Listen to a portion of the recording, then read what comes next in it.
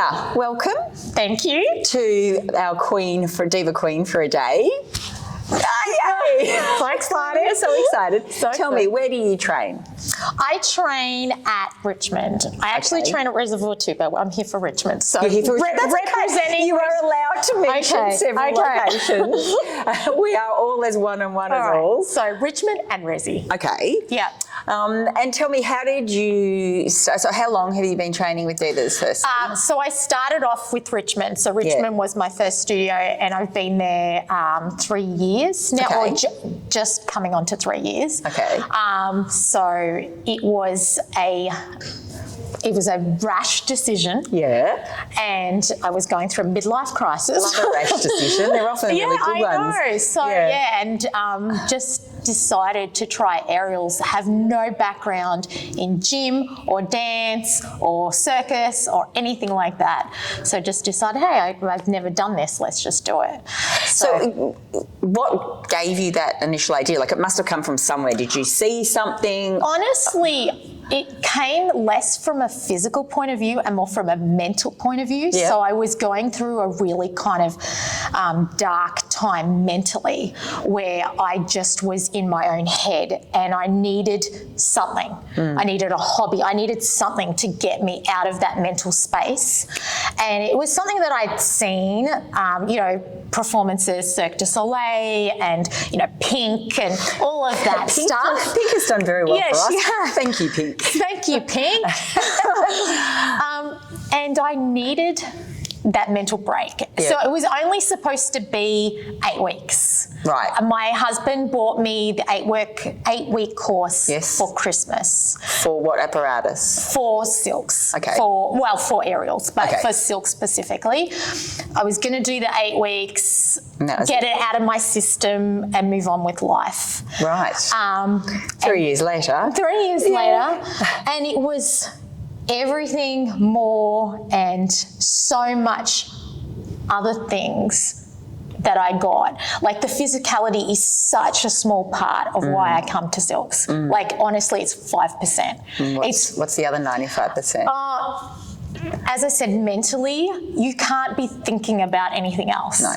You've got to be thinking about your entry and your exit and your pathways and how you're wrapped and what your body is doing. I still wear a hair tie on my right hand because I can't tell my left. My right and left when you're inverted, it's hard, guys. It's hard. Absolutely. That's really clever, actually. I wear a hairband. So Nicola will go, hairband side. And I'm like, okay, I don't have to think about it. Yeah. So obviously physically it's demanding, but mentally you get out of your own head. You're not thinking about bills, who needs anything from you, or, over-analysing everything you've said and done. You're just in the moment. It is purely for me. So it's quite practicing mindfulness, isn't it? It's therapy. It is therapy. I love that. Yeah, it's therapy. It's something I do for me. Yeah. And the sense of community,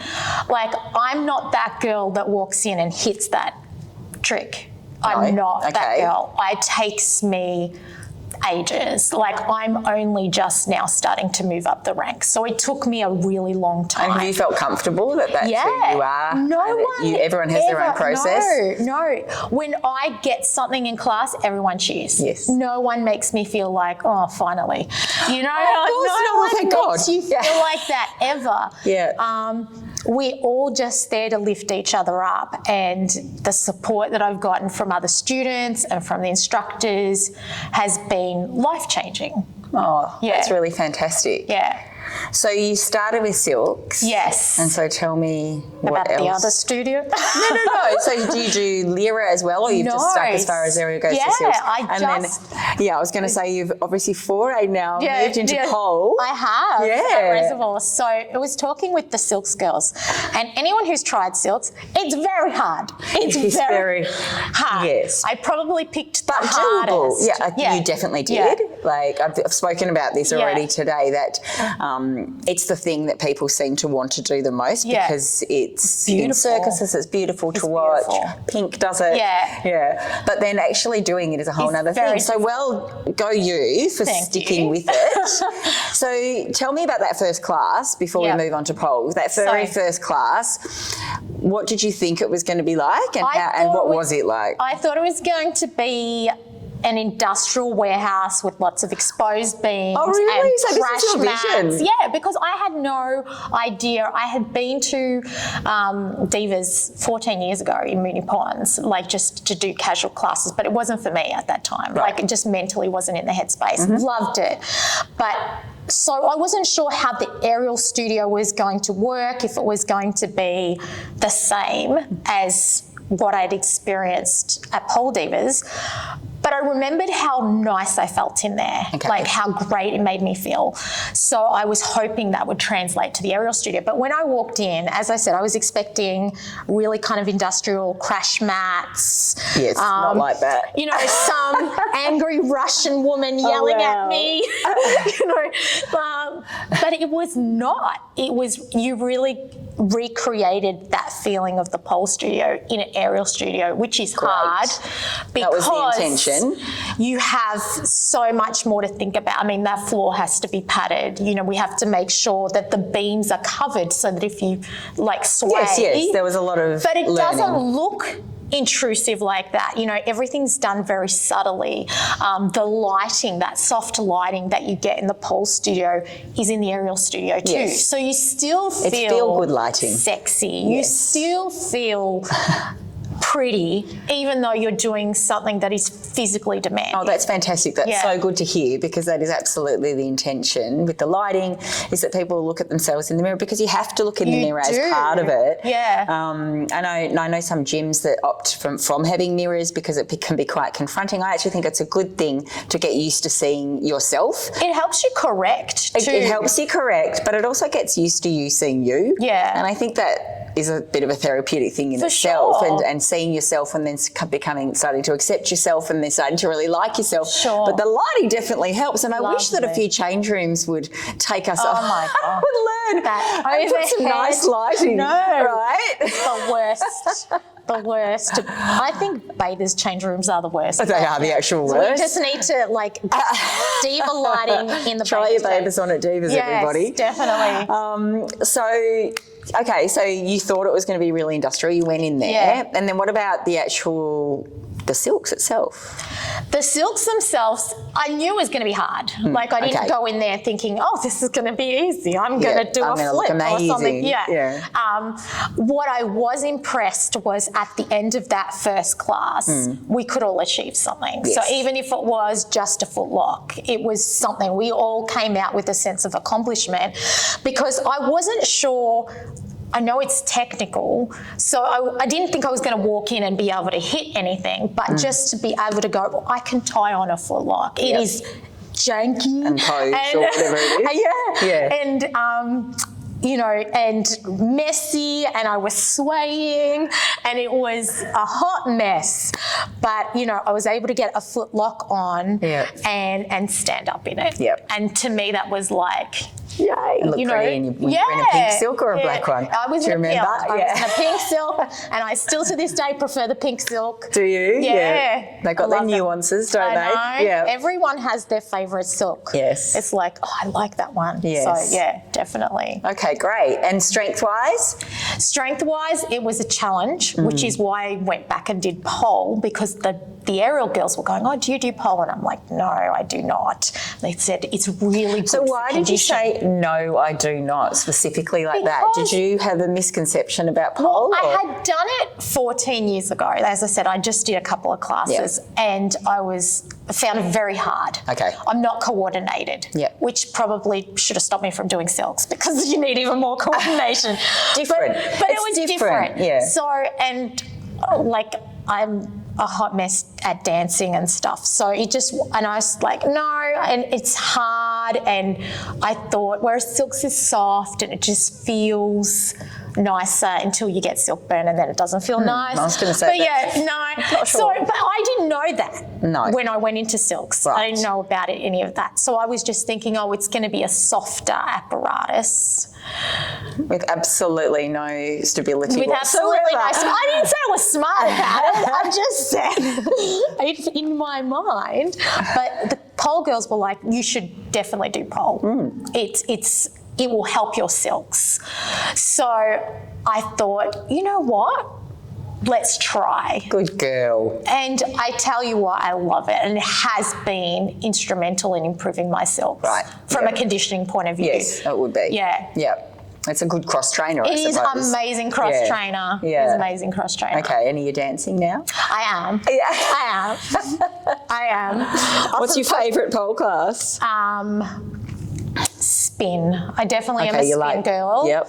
Which, it was funny because I started off in static and then I just kind of did a spin, and I think because I'm used to spinning in the silks, I don't get the dizziness. So for the folks at home, would you like to explain what the difference between static pole and spin pole is? Okay, a static pole is a pole that does not move. So you create the movement with your body, and a spin pole moves. So it turns around and you have to hold on. Yes, you do. Or you're going to fall off. So each has its nuances. I don't think any is easier or harder. I think they're just different. They are really different. So it's a challenge for both. People who say static is easy are lying. Yeah, I think it's really funny because you wouldn't, from an outsider's perspective, a pole being static or spin, you wouldn't think it's almost two different apparatus.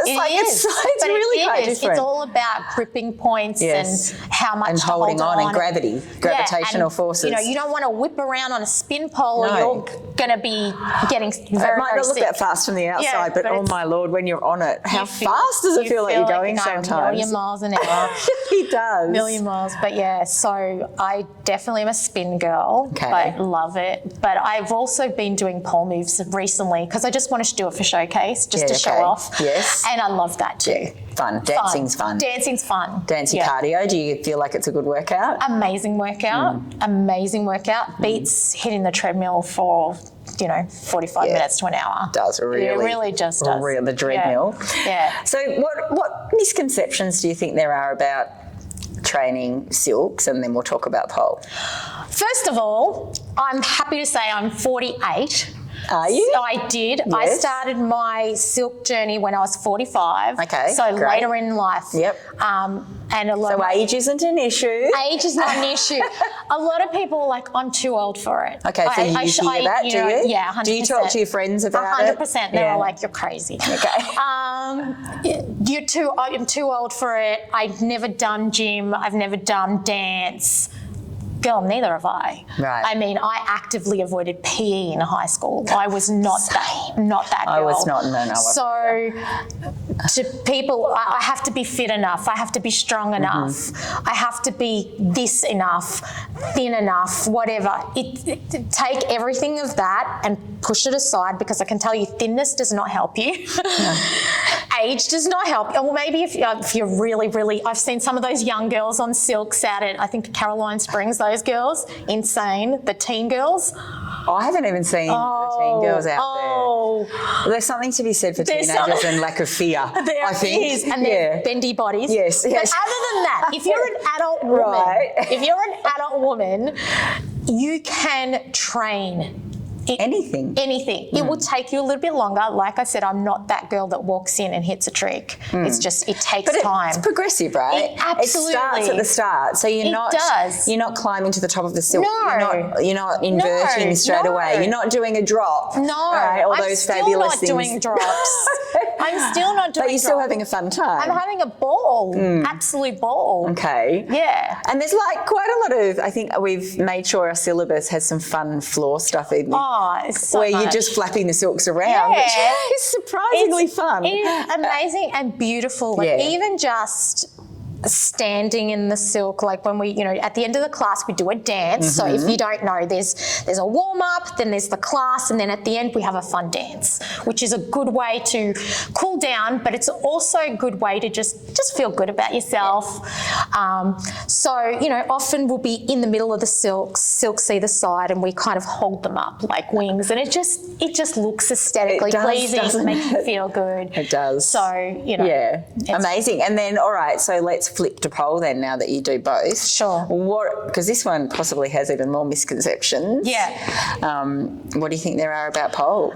Again, you have to be thin, you have to be strong, you have to be young. There's so, you know, a lot of people have hang-ups. So with silks, you wear as many clothes as possible. With pole, you wear as little as possible. And the reason for that is? Because you need to grip that pole. It's not just because all pole dancers want to train in small amounts of clothing. I walked in with bike shorts to my first pole class and was hitching them up to the point where I was tempted to just take them off and do it in the undies. Because you need to grip with your inner thighs, right, to hold on to the pole. Everything. Yeah, even with your arms, your torso, it's all about gripping points. So you walk in there with a bit of, you know, you're self-conscious. I'm not, you know, I'm like every woman who looks at themselves in the mirror and is not necessarily happy with what they see. Which is pretty much everybody. And doesn't matter who you speak to, you can look at a woman and think, you're perfect. Yeah, but they don't think that, unfortunately.